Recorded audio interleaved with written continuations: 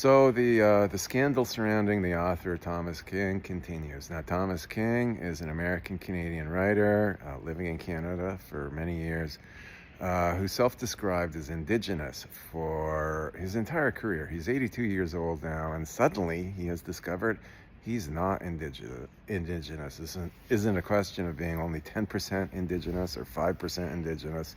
He's 0% Indigenous.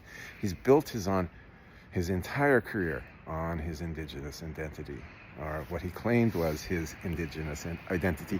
And the reason why he was so successful was he was supported very, very energetically by Canadian media, by newspapers, book pages, academics,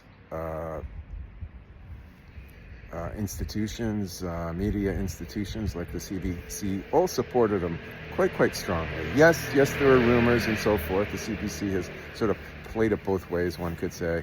But for the most part, his identity was not called into serious question. Now, interestingly, the writer Stephen Hennigan wrote an article in 2005, that is 20 years ago, calling into question whether Thomas King really qualified as a legitimate Indigenous author, or was simply another gray owl, another carpetbagger, another sort of self-deluding fraud.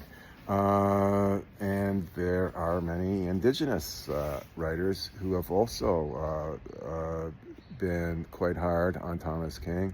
For example, Jesse Wendt quite recently for the CBC. And others have voiced that they had suspicions. But it's been a long time coming, and one has to ask, was there complicity on the part of Canadian academics, Canadian media, where there are a lot of people in Canada who just sort of conveniently looked the other way? Your own opinions are welcome.